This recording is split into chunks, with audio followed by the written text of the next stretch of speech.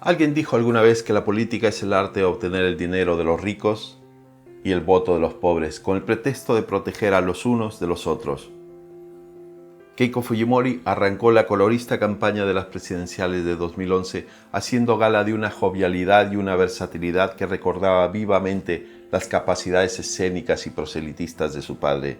Experto en el guiño folclórico para cada lugar y ocasión, Keiko no tenía problemas en fundirse en abrazos con la gente, vestirse con las indumentarias de los locales, comer los platos típicos del lugar o ponerse a bailar sobre el entarimado. Vista con diversos grados de recelo y ojeriza en las clases medias y pudientes, la candidata tenía su cantera de votos en las clases populares. Y en ese caladero probaba fortuna también un formidable competidor, Ollanta Humala, el líder del PNP, quien concurría por la coalición de izquierdas Gana Perú. Humala se esforzaba en sacudirse de la imagen de radical, antisistema e impredecible, y cultivada en su etapa de militar de ideología etnocacerista, sublevado contra el régimen fujimorista, y luego en su primera tentativa presidencial, cuando coqueteó con el venezolano Hugo Chávez y su socialismo bolivariano. El enfrentamiento estaba servido, se lucharía con uñas y dientes para ganar cada voto, y hoy aquí te contamos lo que aconteció. Es lo que hay, señores. Acompáñame en este nuevo vídeo. No digas nada, solo ven y abrázate un poquito el corazón. Todos necesitamos sentirnos. Los fujimoristas presentaron un plan de gobierno 2011-2016 titulado Por un Perú con orden y seguridad, que crece más y comparte el crecimiento en democracia. El documento pragmático de Keiko se configuraba con un mero catálogo de enunciados concisos, carentes de cualquier tipo de análisis o explicación. Las propuestas socioeconómicas estaban contenidas en la creación de empleo de calidad y reducción de la pobreza, la cual exponía, generalizando al máximo, diversas actuaciones asistenciales en los terrenos educativo, sanitario, nutricional y de infraestructuras básicas.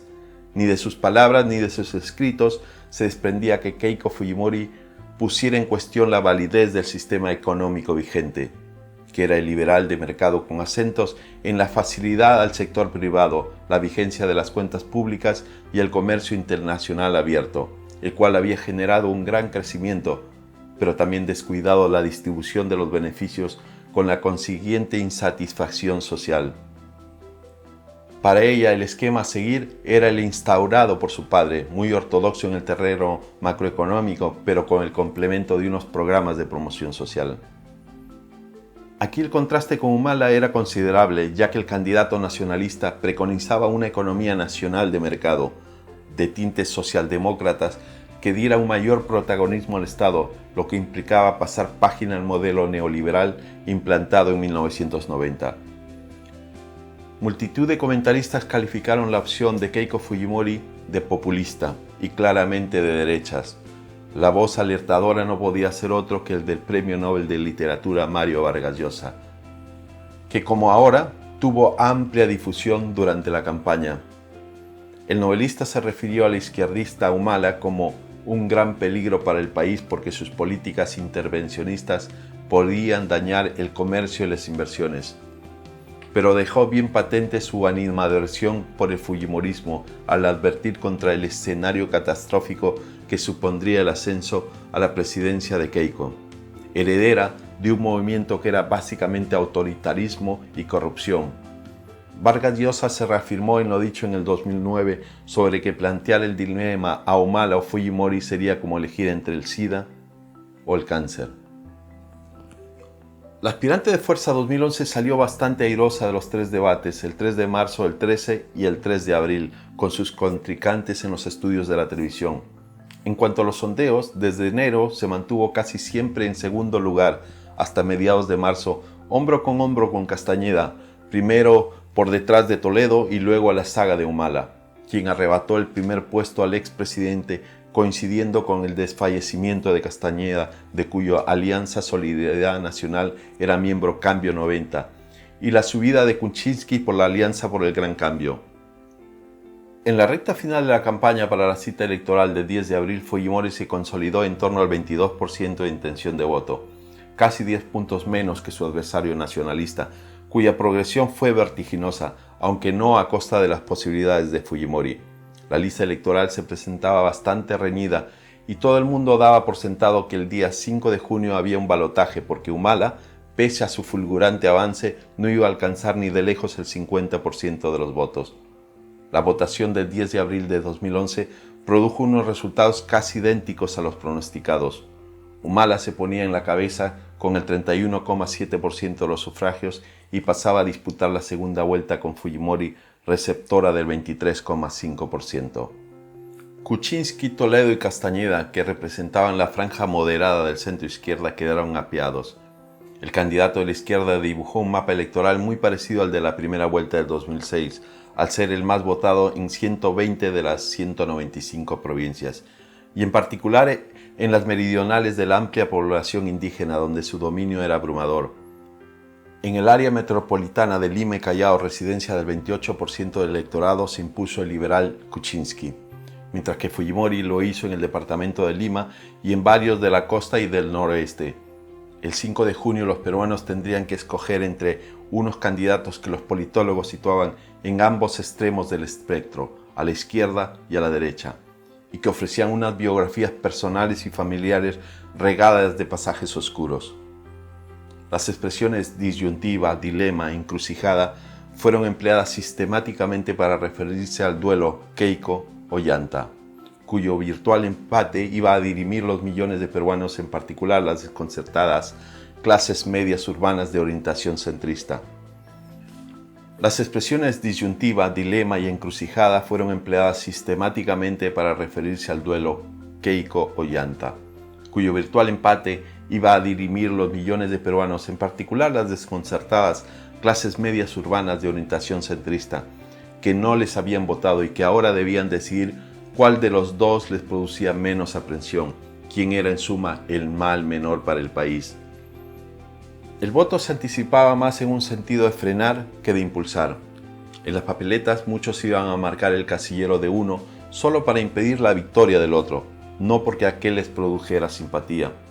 Así, todo lo que envolvía el fujimorismo, lo pretérito y el presente, suscitaba el más vivo rechazo en muchísimos electores, mientras que de Humala no se olvidaban su pasado, aún no lejano, de militar conspirador, ultranacionalista y etnicista, sus procesos como acusado de gravísimos delitos humanitarios y su analogía chavista en las elecciones de 2006. En ese instante lo que más inquietaba era su posible aventurerismo en la gestión de la economía, dando rienda suelta a un intervencionismo estatista que podía poner en peligro las inversiones y el crecimiento.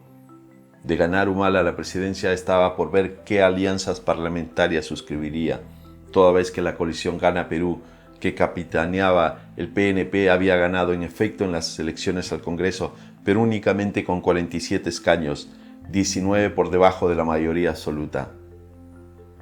Los temores que levantaba Fujimori, cuya formación se había opado al segundo lugar del Congreso con 37 bancadas, eran como mínimo igual de intensos, aunque de una índole bien distinta. De ella, a diferencia del nacionalista, no se esperaba ninguna revisión del modelo de libre mercado. Si bien el programa de Fuerza 2001 hacía hincapié en la asistencia social, pero sus manifiestos que reivindicaban los logros del régimen de su padre daban pábulo a alarmantes advertencias sobre la instalación de un gobierno neofujimorista, capaz de arrastrar al país a una nueva noche de corrupción, autoritarismo o impunidad. Se asistió así a la extraña situación de dos candidatos antagónicos acusados de radicales y peligrosos, que debían insistir una y otra vez en el carácter constructivo, moderado y conciliador de sus plataformas, y refutar las detracciones que les llovían. La una, que tuviera intenciones de indultar a su padre reo por cuadriplicado, juró por Dios que jamás haría tal cosa, de ser tolerante con la corrupción o de ingerirse en las líneas editoriales de los periódicos. El otro, que fuera a arriesgar la bonanza económica con políticas filobolivarianas. En esa batalla por ahuyentar los miedos fue Humala el que resultó más convincente cuando llegó a hablar de concesiones por su parte y hasta de no salirse del modelo económico, para no quedarse atrás en la carrera presidencial. Fujimori tuvo el gesto de pedir perdón por los errores, los excesos, los delitos cometidos bajo el gobierno de su padre, al cual por primera vez calificó de autoritario, sin llegar a haber sido nunca, puntualizó, una dictadura. En un ejercicio de sincretismo pragmático bastante extravagante, arguyó que sus políticas pragmáticas aunarían al concepto de la seguridad del colombiano Álvaro Uribe y del compromiso social del brasileño Lula da Silva, dos presidentes de la región que virtualmente no tenían nada en común. El siempre elocuente Vargas Llosa contribuyó a inclinar la balanza del lado del antiguo teniente coronel porque tras las elecciones del 10 de abril se apresuró a posicionarse contra Fujimori. Siguiendo con las dicotomías límite, lo que el Perú se jugaba el 5 de junio era nada menos que el suicidio o el milagro. El milagro lo esperaba Vargas Llosa de Humala, del que confiaba que hiciera honor a su nuevo discurso dirigido al centro, y el suicidio sería volver a Fujimori, pues tal cosa equivaldría a legitimar lo peor de la dictadura que hemos padecido a lo largo de nuestra historia. Humala agradeció el respaldo crítico y exigente de Vargas Llosa, al que se sumó el de Toledo. El expresidente iba a votar por el postulante de Gana Perú porque no quería regresar al pasado oscuro de los 90. Fujimori, en cambio, con habilidad se aseguró los apoyos de Kuczynski, con quien firmó un pacto con el Perú, alusivo a la superación de la pobreza y a la protección de los ahorradores, también del ex alcalde limeño Castañeda y de Juliana Reymar del partido Fuerza Nacional, y por supuesto del favoritismo descarado de los poderes empresariales y financieros, los principales grupos de comunicación privados y sectores de la Iglesia Católica. En cuanto al aprismo, que llegó a las elecciones sin un candidato propio, se dividió sobre la cuestión. La cúpula partidaria, al igual que el presidente García, casi de forma explícita deslizó sus preferencias por Fujimori, pero las bases tendieron a inclinarse por Humala. Mercedes Arauz Fernández, la ex ministra independiente que en enero anterior se había apiado por propia voluntad de la carrera electoral siendo la representante del APRA, se sumó a las adherentes a Fujimori. Algunos observadores mostraron su convicción de que había una alianza de facto en el fujaprismo y un pacto de impunidad contra el gobierno aprista saliente y el fujimorismo. Humala inició la campaña de la segunda vuelta destacado en los sondeos, pero Fujimori no tardó en remontar su desventaja y al comenzar la segunda semana de mayo ya se puso por delante. El 29 de mayo los contrincantes midieron sus fuerzas en un debate televisado que convirtieron en una recia campaña de recriminaciones.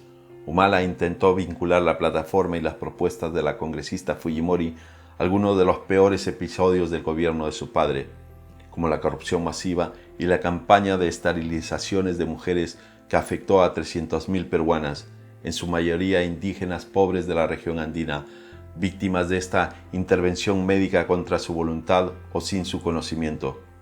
Su política de lucha contra la pobreza era eliminar a los pobres, dijo Humala.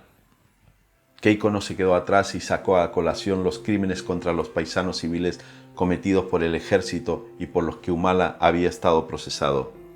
También ironizó sobre los cambios de última hora en los planes de gobierno económico del comandante Humala. Los comentaristas no tuvieron muy claro quién había ganado el debate. En su último mitin, arropada por Kuczynski, Castañeda, Arauz y otras figuras identificadas con las clases medias y altas, Fujimori gastó sus últimos cartuchos contra Humala, poniéndole de títere de Chávez. El 5 de junio, jornada de fiesta democrática que fue empañada por el ataque en la víspera por Sendero Luminoso contra una patrulla militar en Cusco con el resultado de 5 soldados asesinados, Humala resultó el ganador de las llamadas elecciones del miedo, con el 51.5% de los votos de acuerdo con el escrutinio de la OMPE. Keiko Fujimori había visto frustrado su envite por 3 puntos porcentuales. En términos absolutos hablamos de 447.000 votos. Tras conocer los resultados, en un ejercicio de fair play, la perdedora fue rápida en felicitar a su rival y en mostrar su disposición a comenzar un diálogo que ayudará a que Perú no se detenga. Fue la primera gran derrota que sufrió el nuevo Fujimorismo con el rostro de Keiko Fujimori, pero esto no terminaba. 5 años después volvería a intentarlo. Es lo que hay, señores.